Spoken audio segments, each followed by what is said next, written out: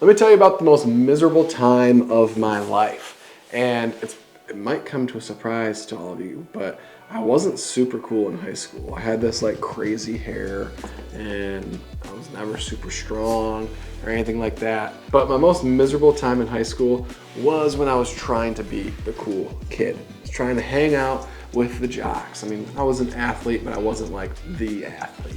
And hang out with the super hot girls. And I mean, I was an attractive kid, but I wasn't like the pretty boy, you know? I wasn't in that crowd, but I tried to be. And it was so dang miserable. Let me just tell you, like, it sucked. If you're in high school now and you're watching this, let me just tell you, like, all of that disappears literally within a week of graduation. So you don't need to worry about it. Sam is 21 and you probably talked to like 2 people from high school, right? Yep, he's shaking his head, yes. I have 1 person from my high school that I still talk to. That's just the way it goes, right? Like, life goes on, and the real world, you don't hang out with a bunch of people that are the same age as you, that are living, breathing, eating the same food and drama that you are. Like, it just doesn't work that way. You get a real job with a bunch of other people, different ages, and that's how life goes. But the most miserable time of my life, I was trying to fit in with people that I actually didn't fit in with. I thought I wanted that, and if I would have just been more focused on hanging out with the people that I actually enjoyed, that were more like me, I probably would have enjoyed it more. But something I've learned through business and life is that the high school, like, coolness never really disappears. It doesn't matter what field that you get into, what job you get into, there's always gonna be dudes who are stuck at homecoming and wanna be the homecoming king of high school, all right? I deal with it in the mentorship space. There's groups that are like, oh, it's all cool to be like a bully and talk smack. And I'm like, cool, all right, you know what, guys? You keep focusing on, you know, your homecoming game and being cool, trying to get the girls in the sack at night. Like, you focus on that. I'm here in college trying to make it to the big leagues and become a Hall of Famer, right? I don't really care what's going on back in high school. I don't care who's talking to who or who sat next to who at the lunch table. Doesn't bother me, but you go for it. You do you. If I was still living like I was in high school, I'd be trying to get in that crowd. And you know how miserable I would be? You don't need to be playing those games. If you focus on what you are supposed to be focused on, I was a baseball player. So that's why I use the baseball analogy. I'm in college. I've got a lot to learn yet. By no means am I a Hall of Famer when it comes to business, all right? I have so much more to learn. And that was probably the biggest turning point for me when I got out of that high school mentality. Was I realized how little I actually knew. One of my mentors, Josh Latimer, when I first met him, he was like, Colin, you knew everything. You had all the answers. You were a year and a half into business and you thought you knew everything there was to know about business.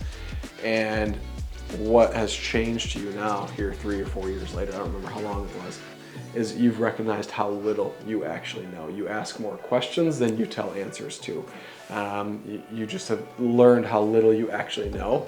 And that's why, like, that second year of business, I would have said I was a professional business guy. Like, I was in the big leagues already. I'm shooting for the Hall of Fame, man. Like, I'm crushing. And I've regressed now, and I'm in college, and I have a lot to learn.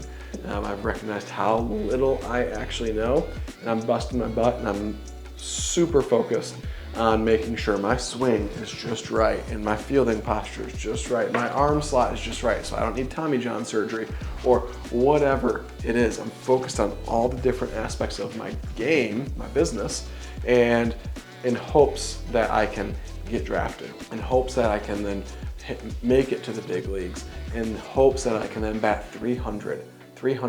The same statistics apply in business. If you bat 300 in business, 3 out of 10 of your businesses survive, you can make a lot of money and you can be a Hall of Famer. So that's what I'm shooting for. I'm focused on being a Hall of Famer, and that's all I'm going for. I don't care what's going on back in high school and the drama and who's hanging out with who and who's in what club and who's at what party. The sooner you quit worrying about that, the faster your business is going to take off, the happier you will be, the less miserable and depressed and whatever else feelings come along with that, you will be, all right? So if you want to join a community that actually cares about you and embraces this, and like we're all striving to be in the big leagues and all striving to be Hall of Famers, Home Service Giants and Gutter Launch are where you need to be.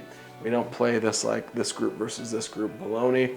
We don't pick on other communities or anything like that. No, like we just show up and we win bigly together so that we can give bigly. That's our goal. That's our whole mission. That's what we're after. And we go live every single day to hold each other's feet to the fire and make sure that we are disciplined and focusing on our game and all the different skill sets that are required to win the game of business. So hopefully this video struck a nerve with you and you're like, ah, yeah, that's exactly what I needed to hear. Or maybe you need to hear like, you know what? I've been that dude that's stuck in high school and stirring up the pot. I need to stop that because nobody cares that I'm homecoming king, all right? Doesn't matter at all.